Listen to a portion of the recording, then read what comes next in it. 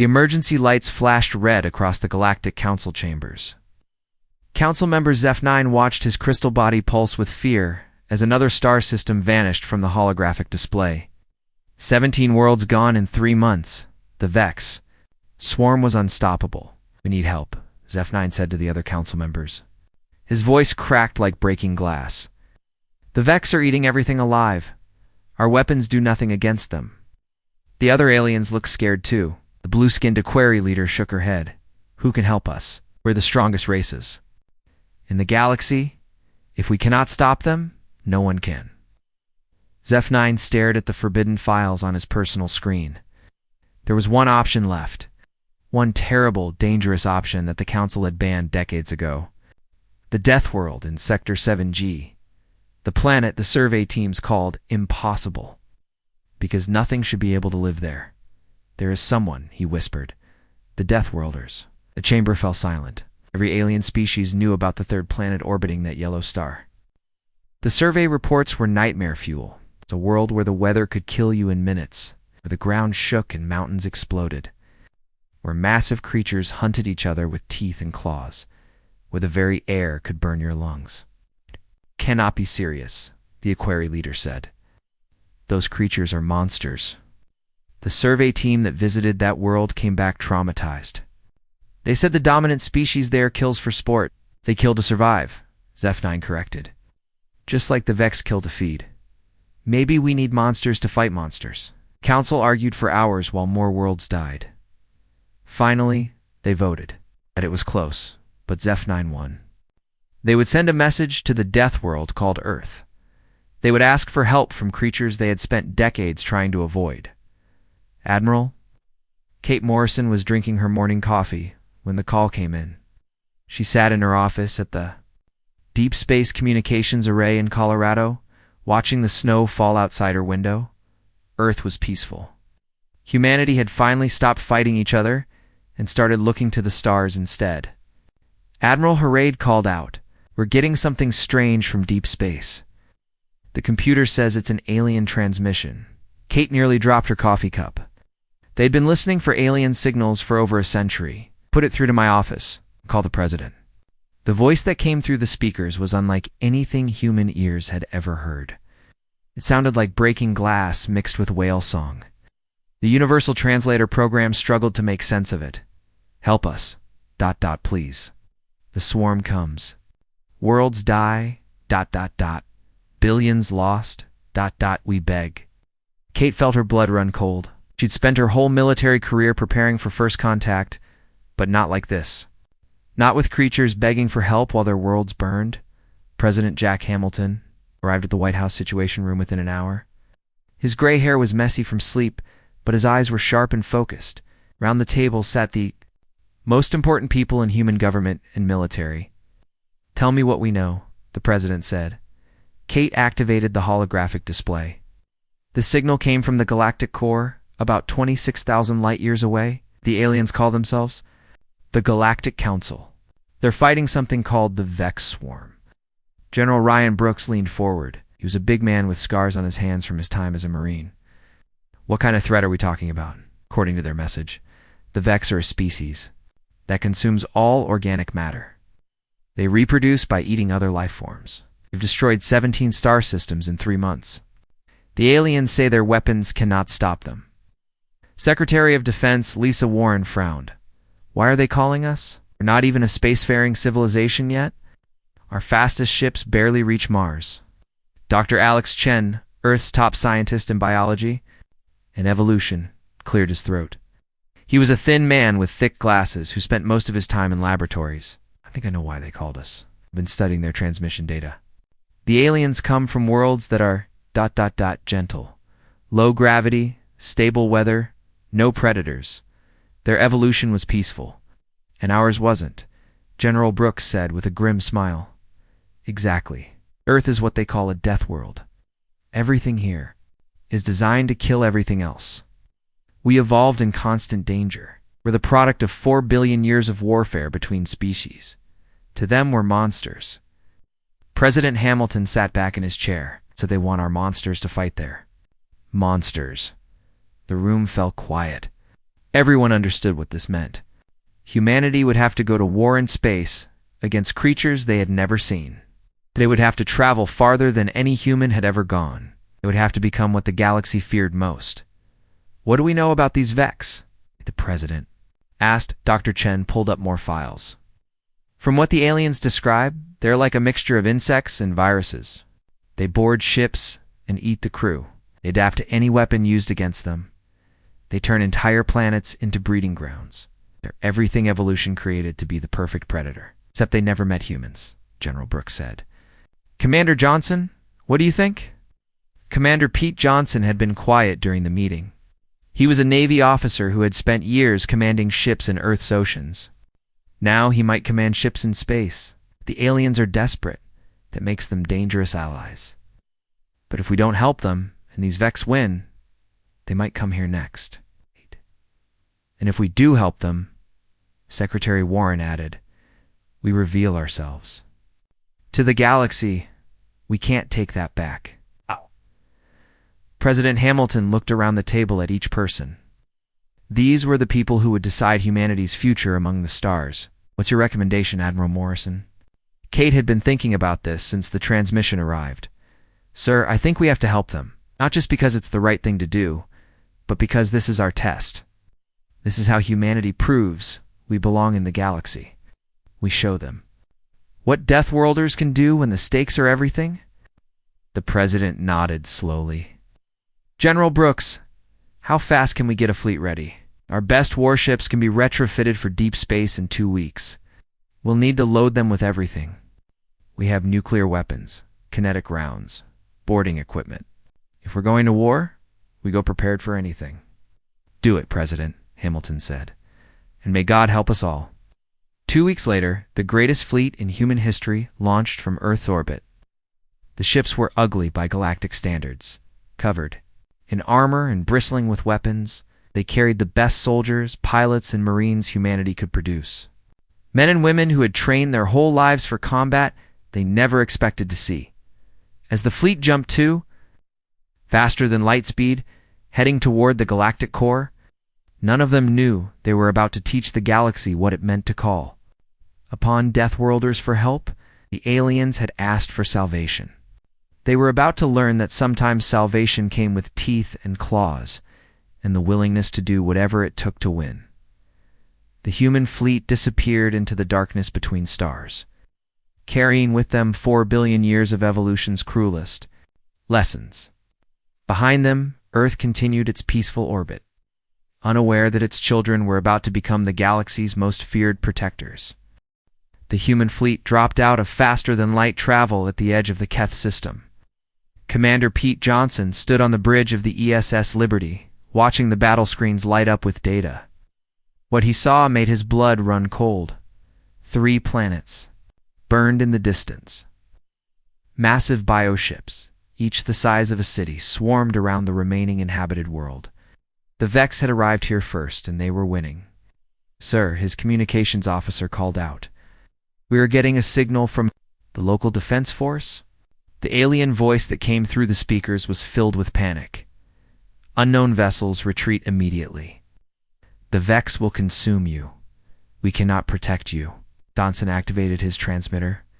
This is Commander Johnson of the Earth Defense Fleet. We're here to help.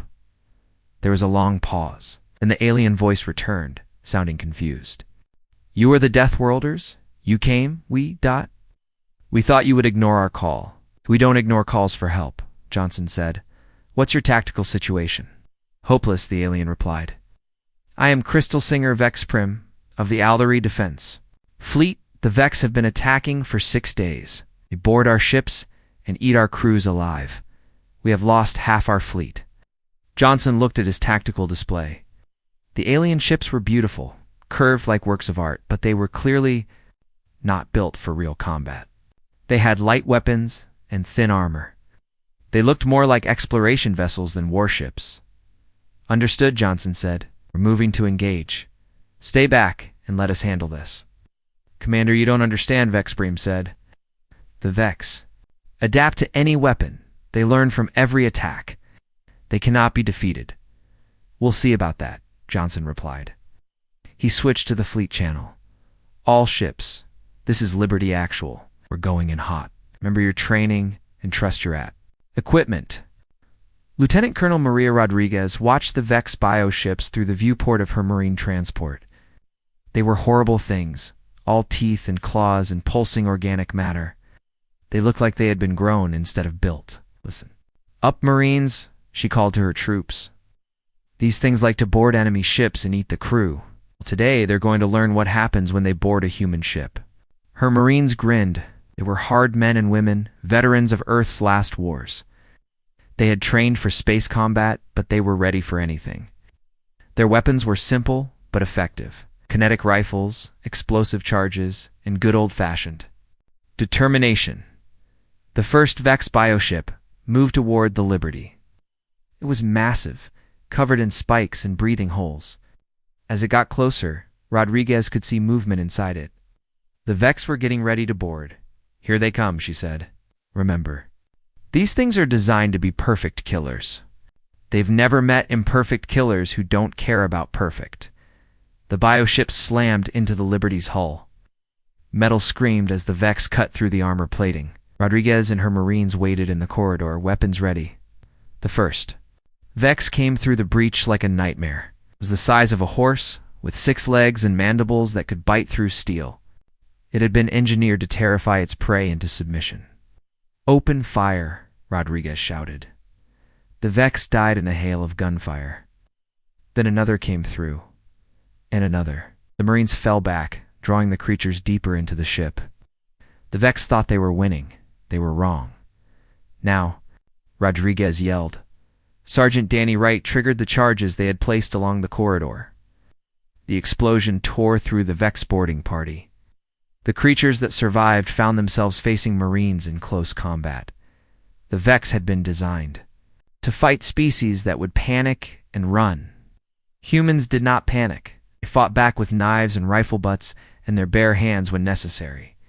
The corridor filled with the sounds of combat that the galaxy had never heard before. On the Liberty's bridge, Johnson watched his tactical display with satisfaction, while the Vex had boarded his ship, expecting an easy meal. Instead, they were being systematically destroyed by creatures who had spent their entire evolutionary history learning how to kill things that wanted to kill them. Sir, his weapons officer reported, the Vex bioship is still attached to our hull. Then let's give them something to remember us by, Johnson said. Captain Blake, are you ready? Captain Susan Blake commanded the mining vessel Hammer, an asteroid processor that had been turned into a warship. She had spent 20 years cracking rocks in the asteroid belt. Now she was about to crack something much more dangerous. Ready, Commander, she replied. Nuclear charges are armed and ready. Do it. Blake's ship moved close to the Vex bioship. Her crew had loaded the mining charges with nuclear warheads instead of conventional explosives. The Vex tried to turn their weapons on the Hammer, but Blake's ship was built to survive asteroid impacts. She flew straight into the bioship's weak point. Charges away, she reported. The nuclear explosion lit up space. The Vex bioship came apart like a rotten fruit. The creatures inside died instantly, their perfect adaptation useless against the raw power of human weapons. Aboard the Al-3 command ship, Crystal Singer Vex Prim watched in horror and amazement. The humans had just done something no galactic species had ever attempted.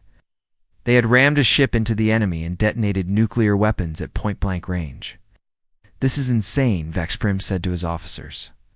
They're using their own ships as weapons. It's working, his tactical officer replied.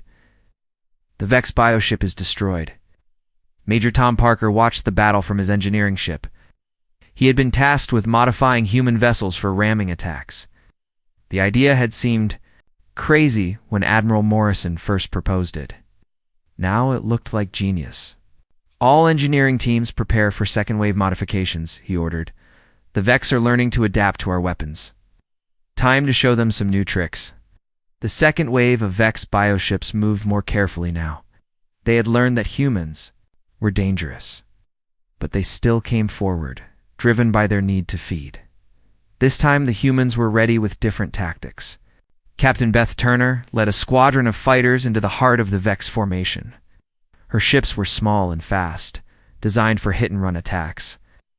"Remember," she told her pilots, "we're not trying to win a fair fight. We're trying to end this war." The fighters dove between the bioships, launching nuclear torpedoes at close range. The Vex tried to adapt, but humans kept changing their tactics. Every time the Vex learned to counter one attack, the humans switched to something completely different. Dr. Helen Murphy watched the battle from the medical bay, treating wounded Marines. She was the fleet's expert on alien psychology, and what she saw terrified her. "Commander Johnson," she called over the comm. "The Vex are adapting faster than we expected. They're also showing signs of confusion. They don't understand why. We're fighting this way." "What do you mean?" Johnson asked.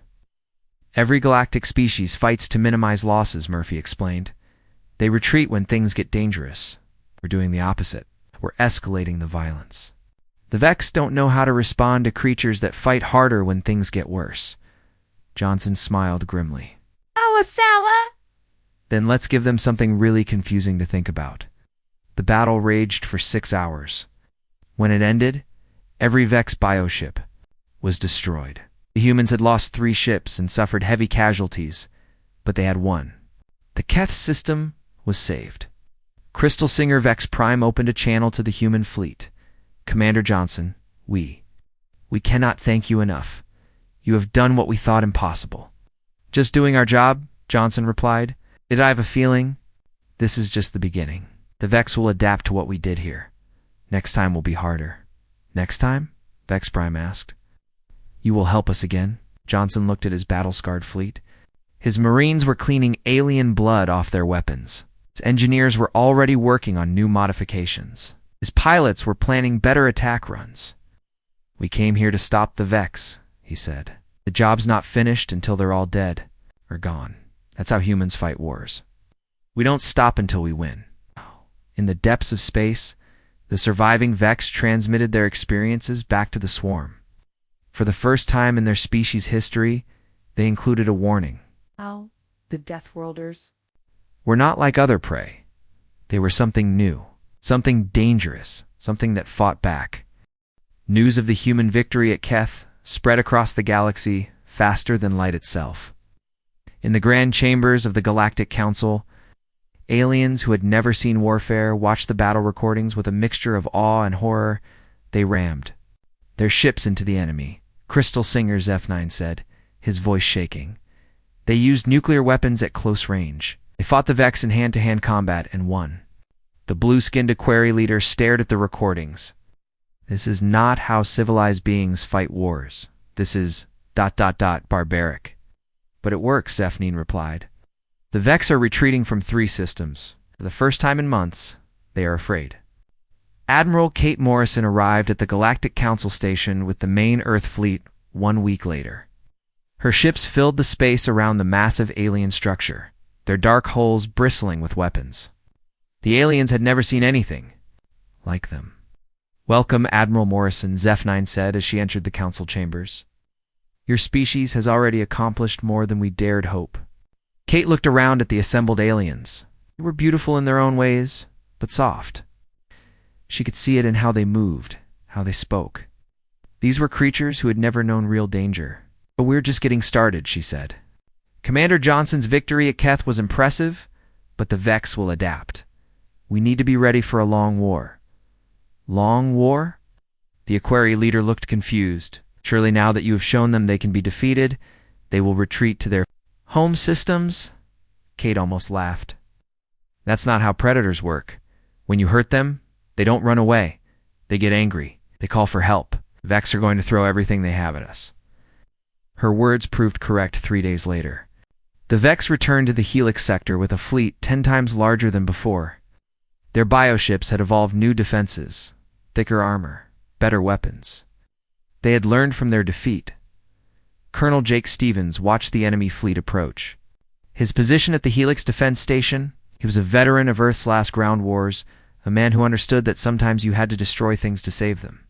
"Sir," his communications officer said, "the Galactic Council is ordering us to fall back to the secondary defense line. They want to preserve the inhabited worlds." Negative, Stevens replied. If we let the Vex establish a foothold on those worlds, they'll turn them into breeding grounds. We end this here. But sir, there are 3 billion civilians on those planets. Stevens felt the weight of the decision. 3 billion lives. But if the Vex took those worlds, they would create 30 billion more Vex. Sometimes the hardest choice was the right choice. Evacuate what civilians we can, he ordered. Then we glass the planets. All of them. The alien observers were horrified. They had never seen anything like human scorched earth tactics. The idea of destroying entire worlds to deny them to the enemy was beyond their understanding. You cannot do this, Crystal Singer, Vex Prime pleaded. Oh! Those are living worlds. The ecosystems took millions of years to develop, and they'll take millions of years to recover, Stevens said. But they will recover. If the Vex take them, they'll be dead forever. The human fleet opened fire with planet-killer weapons. Worlds burned. Their surfaces turned to glass and ash. The Vex fleet arrived to find nothing but dead rock. Their food source was gone. The Vex adapted again. They learned to bring their own food, to carry breeding stock in their bioships. But they could not adapt to human unpredictability.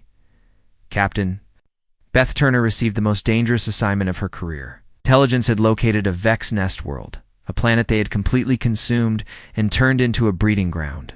The mission was simple: destroy it completely. This is a suicide mission, her second-in-command said as they prepared to launch. Maybe, Turner replied. But if we don't stop them here, they'll produce 1 million more bioships. Sometimes you have to die to make sure others live. Her ship, the Defiant, was loaded with antimatter charges, enough to crack a planet in half. The plan was to fly into the heart of the nest world and detonate the charges at the core. The Vex tried to stop them. Hundreds of bioships swarmed around the Defiant as it dove toward the planet's surface. Turner's crew fought back with everything they had, but they were outnumbered 1,000 to 1.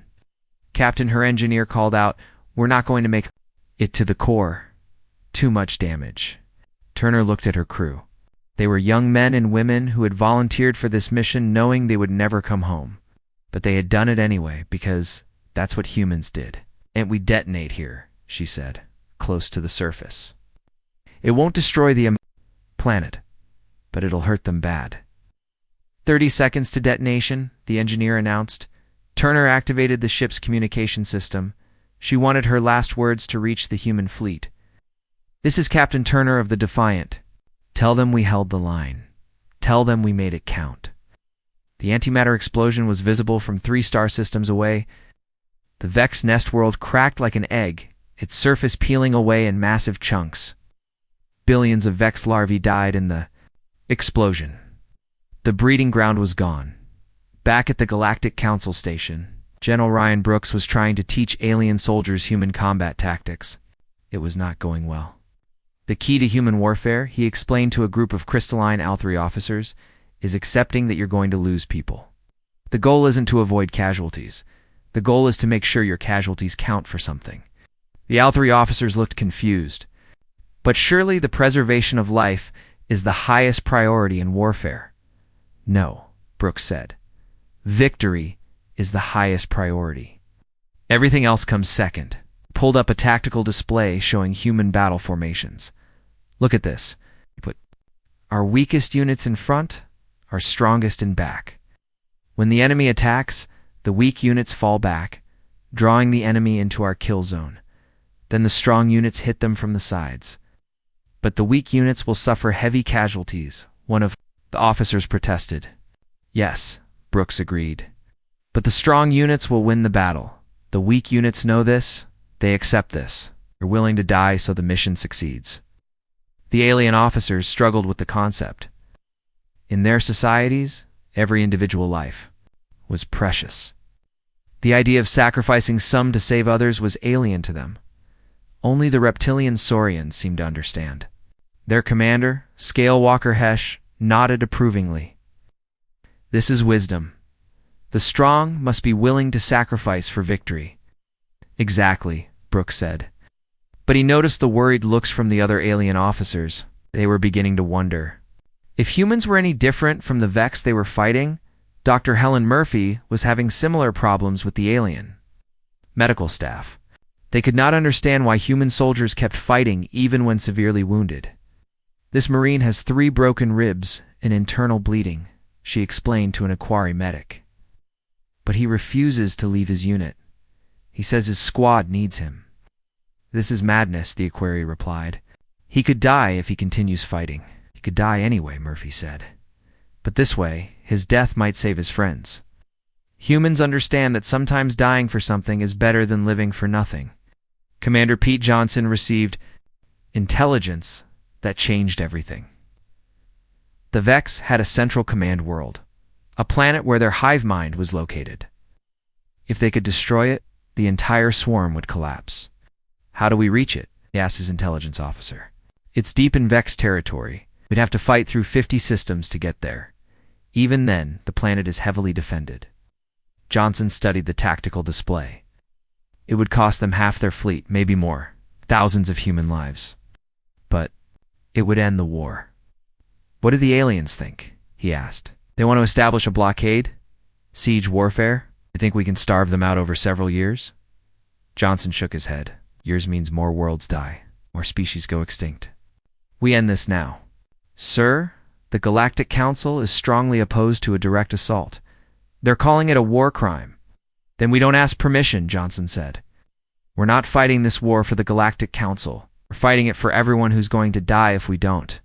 The human fleet began preparations for the final assault. They would attack the Vex homeworld with everything they had. Planet killer weapons, antimatter bombs, nuclear fire. They would turn the Vex home into a dead rock. The aliens were horrified by the plan. They called it genocide, mass murder, the destruction of an entire species. But they could not argue with the logic. If the Vex survived, they would eventually consume the entire galaxy. Admiral Morrison made the final decision. "We came here to stop the Vex. That's what we're going to do. If that makes us monsters in their eyes, so be it. Better to be living monsters than dead heroes." The human fleet departed for the Vex homeworld, carrying with them the firepower to end a species. Behind them, the aliens watched and wondered what they had unleashed upon the galaxy in the depths of space. The Vex sensed the approaching threat. For the first time in their existence, they felt something they had never known before. Fear. The Deathworlders were coming. They were bringing extinction with them. The Vex homeworld hung in space like a diseased eye.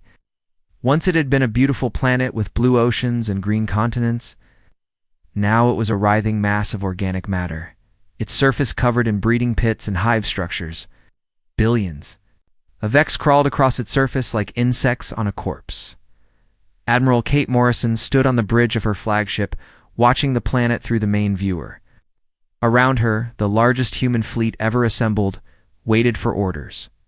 Every ship bristled with weapons designed to end worlds. "Final scan complete," her science officer reported. "The planet's core has been completely replaced with organic matter. The hive mind is distributed throughout the entire planetary mass." "Estimated Vex population?" Morrison asked. "Approximately 50 billion mature forms with uncounted billions more in various stages of development." Morrison felt the weight of what she was about to do. 50 billion lives. Even if they were monsters, they were still lives. But if these creatures lived, how many trillions would die across the galaxy? "All ships, this is Admiral Morrison," SHA announced over the fleet channel. "Today, we end this war. Today we make sure no other species has to face what we've faced. Remember why we're here. Remember what happens if we fail." Commander Pete Johnson watched the tactical display from his position in the fleet formation. The Vex had not been idle. Thousands of bioships surrounded their homeworld, creating a defensive wall that seemed impossible to break through. "Sir," his weapons officer said, "we're detecting massive energy buildup from the planet's surface. They're preparing some kind of weapon." Before Johnson could respond, the planet's surface erupted in light. A beam of pure energy lanced out toward the human fleet, striking the destroyer Falcon. The ship simply ceased to exist, vaporized in an instant. "They've turned their entire planet into a weapon," Johnson realized. "All ships, evasive maneuvers. Don't let them get a clean shot. The human fleet scattered, using their superior speed and maneuverability to avoid the planet's devastating weapon. But they could not stay away forever. They had to get close enough to deploy their own planet killers. Captain Lisa Ford led the bomber wing toward the Vex home world. Her ships carried the most dangerous weapons humanity had ever created. Antimatter warheads, quantum torpedoes, and something new that the scientists called gray goo nanobots that would consume all organic matter they touched. "Bomber wing, this is Ford," she called to her pilots. "Remember your training. We only get one shot at this. Make it count." The Vex bioships swarmed toward the bombers like angry wasps. The creatures had evolved specifically to stop threats like this. Their ships were fast, deadly, and designed to overwhelm any enemy through sheer numbers. "Fighters, cover the bombers," Johnson ordered. "Whatever happens, those bombers have to reach their target." The battle that followed was unlike anything the galaxy had ever seen. Human fighters engaged Vex bioships in deadly dogfights among the debris of ancient battles. Ships exploded in brilliant flashes of light. Pilots died with their hands on their controls. Fighting to the last second, Captain Ford's bomber fought through the swarm, taking hit after hit. Her ship was falling apart around her, but she kept flying. Behind her, the other bombers followed, their crews knowing they were flying into death, but doing it anyway. "Ford to Morrison," she called over the radio. "We're not going to make it." Through conventionally request permission to implement protocol extinction, Morrison closed her eyes. Protocol extinction was humanity's final option. It meant using the bombers themselves as weapons, flying them directly into the planet's core, and detonating their antimatter payloads manually. "Permission granted," she said quietly. "God forgive us all." Ford smiled grimly. "You heard the Admiral, boys? Time to show these bugs what Deathworlders do when we're angry." The remaining bombers dove toward the planet's surface. The Vex threw everything they had at them, but the human pilots had stopped caring about survival.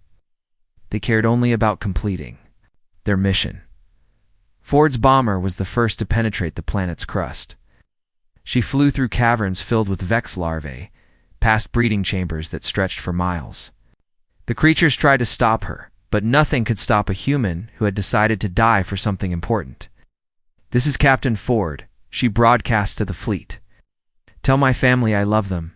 Tell them I died free." She detonated her antimatter payload in the heart of the planet's core. The explosion was followed by others as the remaining bombers reached their targets. The Vex homeworld began to shake itself apart. On the planet's surface, the hive mind felt pain for the first time in its existence. The explosions were tearing through its neural networks, severing connections that had existed for millions of years. It tried to adapt, to reroute around the damage, but the humans had been thorough. The quantum torpedoes detonated next, their exotic matter warheads creating tears in space-time itself. The planet's gravity began to fluctuate wildly, mountain-sized. Chunks of the surface broke away and fell into the void. Finally, the gray goo nanobots activated. They spread through the planet's organic matter like a virus, consuming everything they touched and replicating themselves exponentially. The Vex tried to fight them, but the nanobots had been designed specifically to destroy organic matter. Admiral Morrison watched the Vex homeworld die. It took 6 hours for the planet to completely collapse in on itself, its matter consumed by the nanobots or torn apart by the space-time distortions. When it was over, nothing remained but a cloud of glowing particles. Across the galaxy, the Vex swarm felt the death of their homeworld. The hive mind that had connected them all for millions of years simply stopped. Individual Vex found themselves alone for the first time, their instincts telling them to feed and breed, but with no central intelligence to guide them. Most went insane. The few that retained some sanity fled to the darkest corners of the galaxy, where they hid and tried to forget what they had seen. The great swarm was broken forever. "It's over," Morrison announced to her fleet. "The Vex are finished." But victory came with a price. The human fleet had lost 40% of its ships and 60% of its personnel. Thousands of the best and bravest humans had died in the final assault. The galaxy was safe, but at a terrible cost. President Jack Hamilton addressed the Galactic Council from Earth via quantum communication. The alien leaders listened in stunned silence as he explained humanity's philosophy of warfare. "We did what we had to do," he said. "Became monsters so you didn't have to. Took the burden of ending the Vex so your children could sleep safely. That's what Deathworlders do. We fight the wars that others cannot fight." Crystal Singer. Zephnine spoke for the council. "We are grateful for your sacrifice, but we must ask, what happens now? What role will humanity play in the galaxy?" Hamilton considered the question carefully. "We established the Terran Defense Corps, a joint military, force to protect the galaxy from threats like the Vex. We share our knowledge of warfare with those who want to learn. And we make sure that when the next crisis comes, the galaxy is ready. And if we refuse this arrangement," the Aquari leader asked. Hamilton's expression hardened. "Then you'll face the next crisis alone. We won't force our protection on anyone, but we won't stand by and watch innocent species die when we could have prevented it." The council voted to accept the human proposal. The Terran Defense Corps was established with Commander Johnson as its first director. Human military advisors were assigned to alien fleets. The galaxy began to learn the harsh lessons of Deathworld warfare, but the victory was not complete. Deep in the void between galaxies, automated Vex scout ships detected the destruction of their homeworld. They turned their sensors toward the galaxy that had destroyed their creators.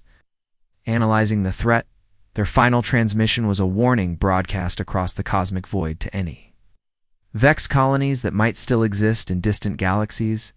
The message was simple: avoid the third planet of the yellow star. The Deathworlders have awakened. They cannot be stopped. They cannot be reasoned with. They'll destroy everything that threatens their pack. The message traveled at the speed of light toward distant galaxies, carrying news of humanity's emergence as a galactic power. Other species, other threats, would learn to fear the creatures from the blue world. On Earth, life continued much as it always had. Children played in parks, lovers walked on beaches, and families gathered for meals. Most humans never knew that. Their species had just become the galaxy's most feared protectors. But in the depths of space, human patrol ships continued their endless watch. They monitored the dark between stars, listening for signals, watching for threats. The galaxy slept peacefully, protected by creatures who had learned long ago that sometimes the only way to preserve peace was to prepare for war. Admiral Morrison stood in her new office at the Galactic Defense Station. Looking out at the stars, she thought about the pilots who had died, the ships that would never return, the price of victory.